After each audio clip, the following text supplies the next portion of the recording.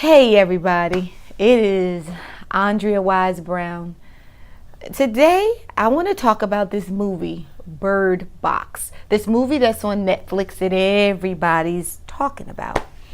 Okay, I do not like scary movies. So usually this is not a movie that I would even watch. Now, I do like suspense thrillers. I like psychological suspense thrillers, of course, but a scary movie, I don't like a scary movie. And many of you are saying right now, Andrea, that movie is not even scary. Well, it was scary to me because it was so intense and it built up so much anticipation the entire time. So if that was the goal of this movie, to have you sitting on the edge of your seat, they did that, okay? Sandra Bullock and the rest of the team, you did that. But let me just talk about some of the things that I saw in this movie. I believe that there were a lot of messages. Now, if someone were to ask me, and some people have asked me if I liked the movie. While I was watching the movie, I said several times, I don't like this movie. Over and over again. I was watching it with my husband and my daughter. I said over and over again to both of them, this is stupid. The movie is stupid. And I don't want to watch this movie anymore. Like, I just didn't like it because it was so intense and I couldn't understand where it was going. I didn't know if, a monster was going to jump out, and I'm just not for the monster movies. However, I sat through the whole movie, and as I was going through the movie, I started to pick up on these little messages that were set in this movie. Now, perspective is everything, right? So I think anytime that we the people, human beings, view any type of situation, each and every person could view the same situation in the same space at the same time. And if you were to take each of us away to separate rooms, everybody would have a different account of the event. They probably describe most things differently, but a few things would be the same. So let me just tell you my perspective on this movie. So there were a few things that I saw. So initially in the beginning of the movie, when I saw Sandra Bullock, and I can't remember, I think her name was Margaret. I don't remember what her name was, but she was isolated in her home. She was isolated in this beautiful home by herself creating art, because that was the thing that she did. So I actually saw that she was isolated and she was pregnant. Now, she acted as if she was pregnant just by chance and she didn't want to be pregnant. So her sister comes in, and there was a moment when her sister was trying to get her to get out and to communicate with the rest of the world. And she was so against it. The only way that she would actually come out of her home was to go to the doctor. So she went to the OBGYN for her checkup because I think she was like 7 months pregnant, fully pregnant. Now, they leave out the house to go to this, to a doctor's appointment.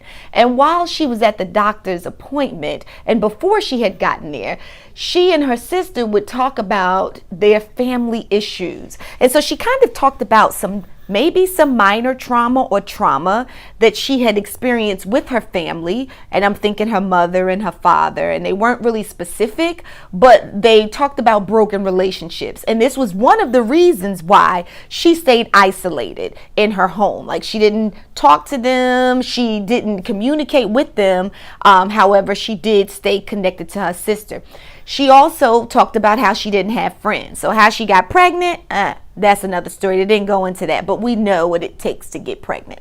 But it's obvious that when she was at this doctor's appointment, the doctor was trying to encourage her to connect or attach to a baby. And every time she talked about this unborn child inside of her, she would always refer to it as if it was inside someone else. So she'd call it the baby, right? The baby, not my baby, as you would think that most people would, right? Who would be excited about having a baby. But she didn't refer to it as like my baby and I can't wait till my bundle is born. It was like the baby. And so the doctor, that was alarming to the doctor. And it was also alarming to me as I'm sitting there. I'm like, starting to assess it. I assess everything. Even if you don't ask me to, I'm assessing it.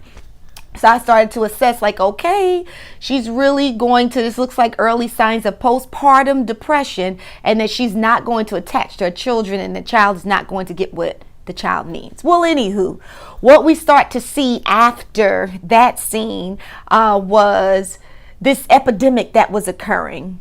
If you looked at some light that came with a little sprinkle of darkness and a sound, and the sound seemed as if the sound was the trigger, but it was this thing. If you actually looked at it, then you would want to commit suicide, because people were committing suicide in other countries.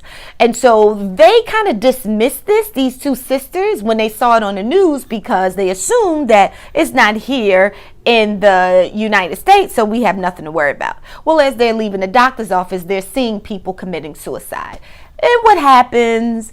Her sister's driving a car with her and her pregnant self, and her sister looks up, sees the light with this darkness in it, and decides to kill herself. Kill herself, drive the car, crash the car flips upside down.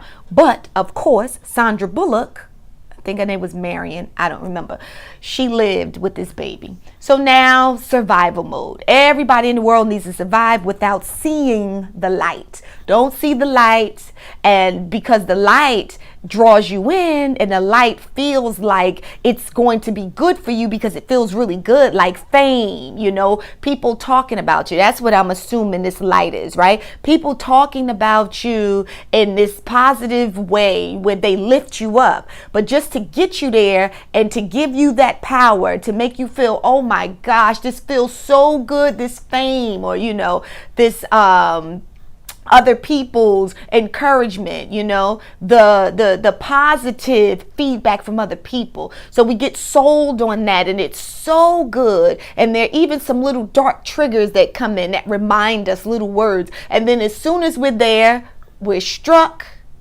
and it makes us want to kill ourselves, because it's so good and it's so addicting that we love it, because it feels so good that we get so caught up in it that we lose ourselves because of it. So it's like that light, that fake light with that darkness tweeted in between it, and those triggers, which are those names that they call, the sounds that they call, the noise of the crowd. You get so sucked into it that you believe that that's your everything, and then you forget who you are. You forget the power you have, so you kill yourself. So that's what I believe that whole light was. And so everybody through the whole movie was trying to avoid the light. Well, of course, so many people didn't avoid the light, because some people love the light. They love to hear what people say until it doesn't feel good. So that was good. But let me just tell you this. So along this movie, there were some other things that occurred. She has the baby, and as she has this baby, she had a whole baby, and she never named the baby. Shows straight up she was detached from the baby the entire time. She loved the baby and she took care of the baby, but she never accepted this baby as hers, which to me showed me that she had trust issues, right? Triggers from childhood, where she had trust issues with her primary family system, right? Which was why she was so detached from her parents or whomever it was. The only person she was attached to was a sister. Well, so it was the same thing, right? These cycles, these unhealthy cycles that we continue to draw, that we continue to complete, these unhealthy cycles. And so she basically was not breaking the cycle. She was continuing this cycle of mistrust. And it showed me that she must have really been hurt. In order for you to feel as if you have to detach from everyone in the world and your family system, then she must have been hurt in some way or another. And she did not want to re-experience that hurt again. So she had this baby, and the baby's name was Boy. Boy. And then there was another woman who she encountered who had a baby that she in turn took care of. So she was compassionate about people and she loved people, but she wouldn't let you in close. So that baby was girl, her baby was boy. All right. Then she meets a man. She meets this fine man. I don't know what his name was, but was his name Tom? I think his name might have been Tom.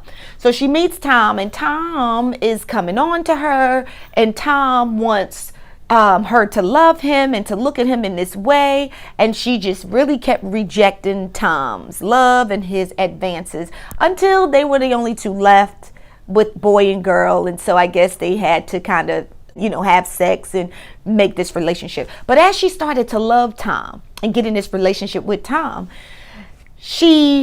Tom would try to teach her and teach the children, boy and girl, how to dream, how to think of things that are positive, that are different than what we see right now in front of us. So he would try to teach the kids how to dream, right? He would try to tell them like fairy tale stories so that this would make them feel better about their current situation, because the situation was dark. It was awful. They weren't meeting other people, weren't connecting with other people. They would have to go to these other houses to find food. And then there were others that were out there in the crowd that were trying to get them and destroy them and make them look in the light. So it was a horrible time, very traumatic. But within this time space, at this time, Tom was the light for the children, because Sandra Bullock, was very matter of fact. Just cold and just distant. She would not connect, but she started to connect to Tom.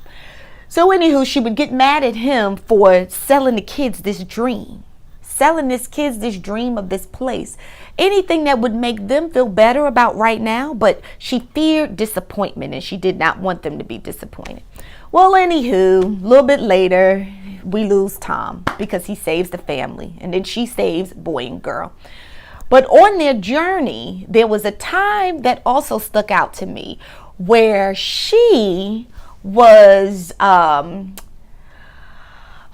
she told the kids that this journey that they were going to have to take, which was a part of Tom's dream, right? Because he told her to listen and take this journey that someone told them about over a walkie-talkie. And her thing was, she didn't want to believe anybody. She had gotten to a place where she was skeptical about anything that anyone said, about anything. She just really didn't trust anybody. However, Tom kept saying, well, we need to trust going on this journey because it may save us. It wasn't until after we lost Tom that she decided, oh, okay, well, maybe we should do this. And she tried to get her children ready, boy and girl. Boy was hers, girls was someone else's. However, she took on the responsibility of mothering girl, yet still, she still called the girl. And so she gave the kids strict instruction. Do not do this, do that, do not watch the movie, do this, don't look in the sun, don't take your blindfold off, do exactly this, or I'm gonna have to kill you. You will die. That's what she said. These kids were little. They were like 5, 6, or 7 years old, right? And we make mistakes. Well, on the journey, the little girl start to think that Sandra Bullock, who was taking care of them as they were on this journey in this raft going down the lake, she kind of disappeared or something. And so girl got really afraid. Now boy, who was actually her biological son, he stayed still. He listened to exactly what his mother said, even though he was concerned. But girl, she had different genetics. So she figured, well, she said that, but let me go check on her, because I'm attached to her. So I want to go see who and where she is. So she goes to look for her. Well, anywho, they almost got lost. She almost got killed, I guess. So when Sandra came back, she started to scold her. You don't listen. You're nothing. So she really started to speak to her in an abusive way. Now, I know many of you would say that wasn't abuse. I've experienced something way worse than that in my life, and that's not abuse.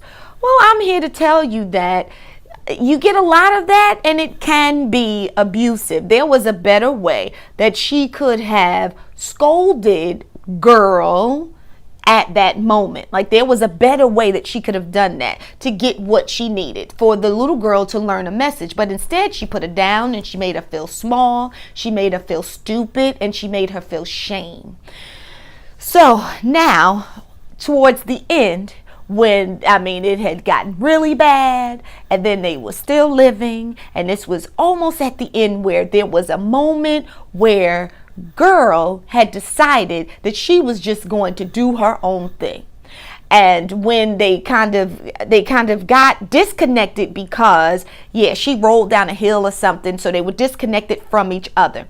Well, when she yelled to boy, like, don't move, stay there, keep your blindfold on, boy listened, because boy was connected and boy hadn't been scolded in that way. He hadn't been shamed in that way. He hadn't been guilted in that way. So he still felt a sense of safety. And it was probably because he was connected, because it was his biological mother. However, girl started to feel as if I just don't know if this relationship is good for me. So I may decide, I think I may want to do something else. I think I'm going to listen to the crowd. I think I want to go hear this, be in this fame, listen to what they say out there, because I think that's going to feel better than what I'm feeling right here, right? I'm not feeling safe at home. I'm not feeling safe where I should feel safe, so I can trust it, and I'm not feeling trusting right now, right?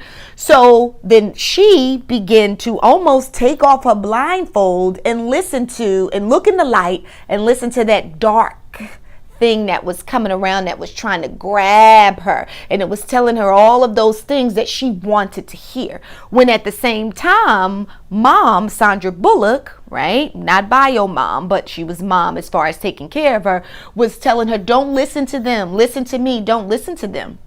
And what was so interesting in this moment, and I want parents to see this part, to hear this part, is the reason why girl was feeling more comfortable or drawn to listen to the crowd is because she did not feel safety. She did not feel safe at home. So parents, we have to create that safe space at home so that no matter what the crowd says to our children, they'll always revert back to home base. So we have to create that safety, and we create that safety by not shaming our children, by not being abusive, by not being demeaning when we speak to our children. We can still deliver a message, we can still be stern, we can still educate in an empowering way. With the consequence, we can.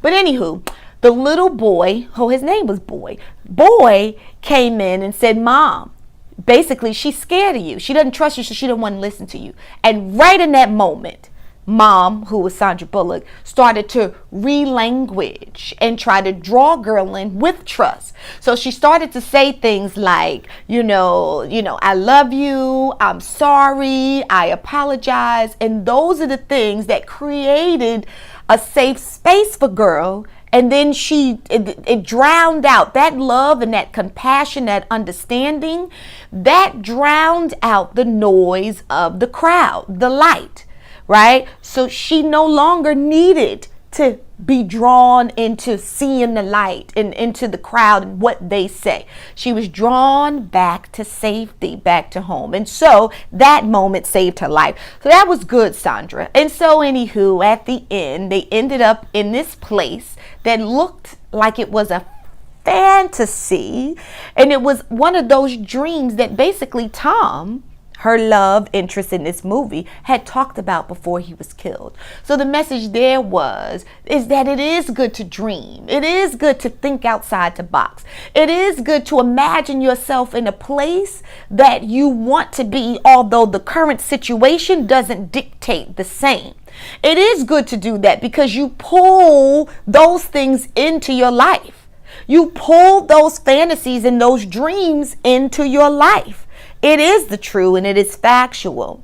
It has all to do with physics. And that book, The Secret, kind of explains the different process of believing in something that's outside of what you are currently experiencing and working your butt off to get there. And it will happen. So that message was huge and I loved it. So now, if you were to ask me now if I liked the movie, I would say, yeah, I liked the movie because of all of those messages. But if you were to ask me in the first even hour of the movie, I would have said, no, turn this movie off because that's what I kept saying to my husband and my daughter. Like, okay, like I'm done. Can we stop watching it? And then we would look at the time. And, oh my, we're an hour in. Okay, should we go? Because it is 2 hours. So anywho, I would say just go watch the movie. It's called Bird Box, and it is on Netflix. And then talk about it. Like, leave me a message on my comments. Like, I think it's interesting, and I would love to talk about it and hear your perspective on it. Oh yeah. And the significance of the birds. I like that. Because at first you didn't know, but then you got to know. And I won't tell you that. I'll just let you go and see that. But all right, y'all. This is AWiseBrown signing off. Just talking about the Netflix movie, Bird Box, and just my perspective. I'll see you next time.